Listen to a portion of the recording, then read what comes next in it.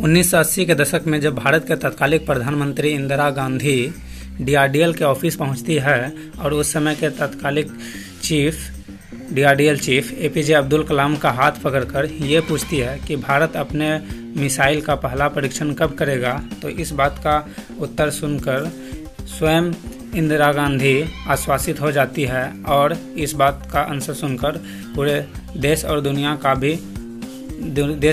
भी हैरान हो जाती है। तो दोस्तों हम बात करेंगे कि आखिर एपीजे अब्दुल कलाम सर ने क्या बात बताई थी और भारत अपने पहले मिसाइल टेक्नोलॉजी सिस्टम को आगे बढ़ाने में क्या भूमिका निभा रही थी।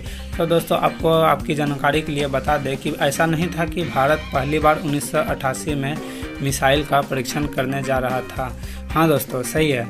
यदि आपको बता दें तो 18वीं सदी में टीपू सुल्तान अंग्रेज़ों के खिलाफ युद्ध लड़ने में मिसाइल टेक्नोलॉजी का निर्माण किया था और बहुत सारे यूनाइटेड किंगडम के म्यूज़ियम में आज भी उस मिसाइल का अवशेष बचा हुआ है। जी हाँ, ये कोई फेक नहीं है, ये एकदम रियलिटी है। आज भी उन मिसाइलों का अवशेष, कुछ मिसाइलें भी यूके के म्यूज़ियम में आज भी अमानत पड़े हुए हैं। और वही टेक्नोलॉजी है, हम उस समय की बात कर रहे हैं जब भारत में कोई प्रकार की टेक्नोलॉजी नहीं थी। तब भारत में कोई प्रकार की टेक्नोलॉजी नहीं थी, तो उस समय भी भारत में मिसाइल बन चुका था। तो दोस्तों हम बात करेंगे कि भारत में किस प्रकार से मिसाइलों का एक निर्माण का प्रक्रिया चालू होता है और किस प्रकार से इंडिया में मिसाइलों की बड़ी संख्या में उपलब्धि निर्माण होने लगती है।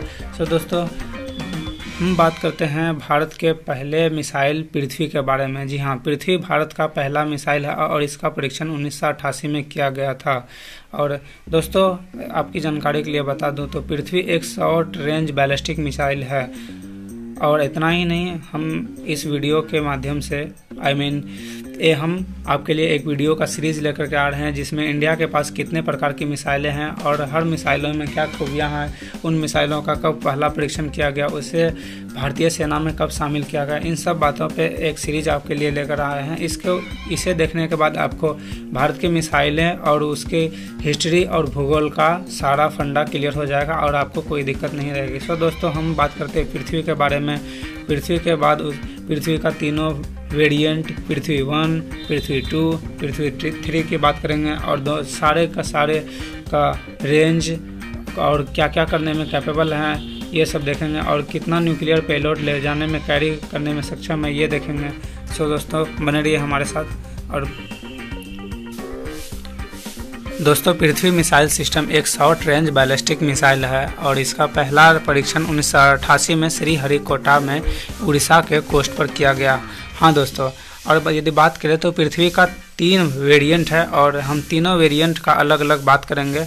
और दोस्तों हम बात करते हैं पृथ्वी का पहला वेरिएंट यानी पृथ्वी फर्स्ट के बारे में। पृथ्वी फर्स्ट के बारे में बता दूं तो इसका रेंज 150 किलोमीटर है और 150 किलोमीटर के एरिया में किसी भी जगह अपने टारगेट को डिस्ट्रॉय करने में सक्षम है। और दोस्तों यदि आपको बता दूं तो 1000 न्यूक्लियर पेलोड को कैरी करने में ये पूरी तरह सक्षम है, यानी ये न्यूक्लियर वॉर में 1000 केजी परमाणु वगैरह कैरी करने में सक्षम है और इसे भारतीय सेना में 1988 में शामिल किया गया। और दोस्तों अब हम बात करते हैं पृथ्वी का थर्ड वेरिएंट यानी पृथ्वी का दूसरा वेरिएंट यानी पृथ्वी 2 के बारे में। तो दोस्तों पृथ्वी 2 का रेंज 350 किलोमीटर है, यानी इसका मतलब यह है कि 350 किलोमीटर के दायरे में यदि उनका टारगेट कुछ भी हो तो उसे डिस्ट्रॉय करने में सक्षम है और ये आसानी से मार कर सकता है।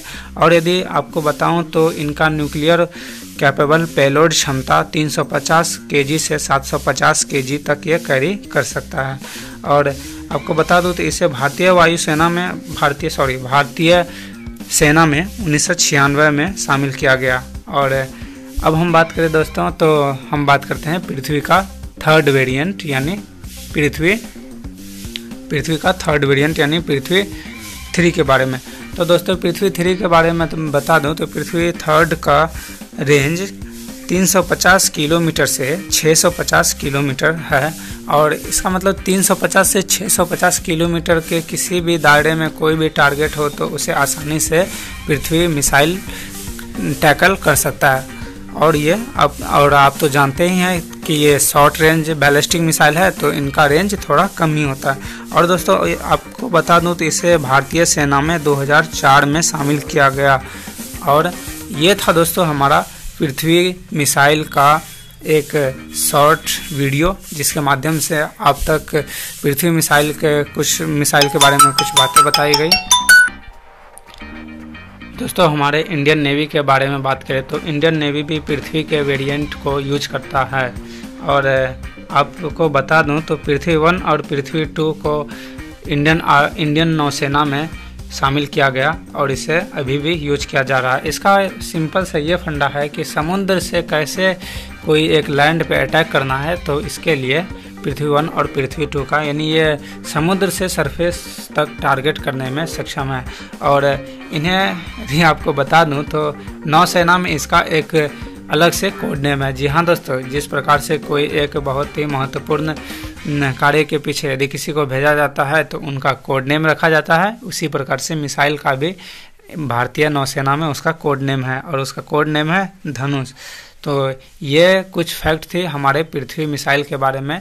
तो इसके बाद हम आपके लिए लेकर के आएंगे अग्नि सीरीज, और अग्नि सीरीज को देख करके उनके बारे में आपको अग्नि सीरीज का इतिहास और भूगोल सब पता चल जाएगा। और आपको आपके माइंड में जितने भी तरीके की कुछ दुविधाएं हैं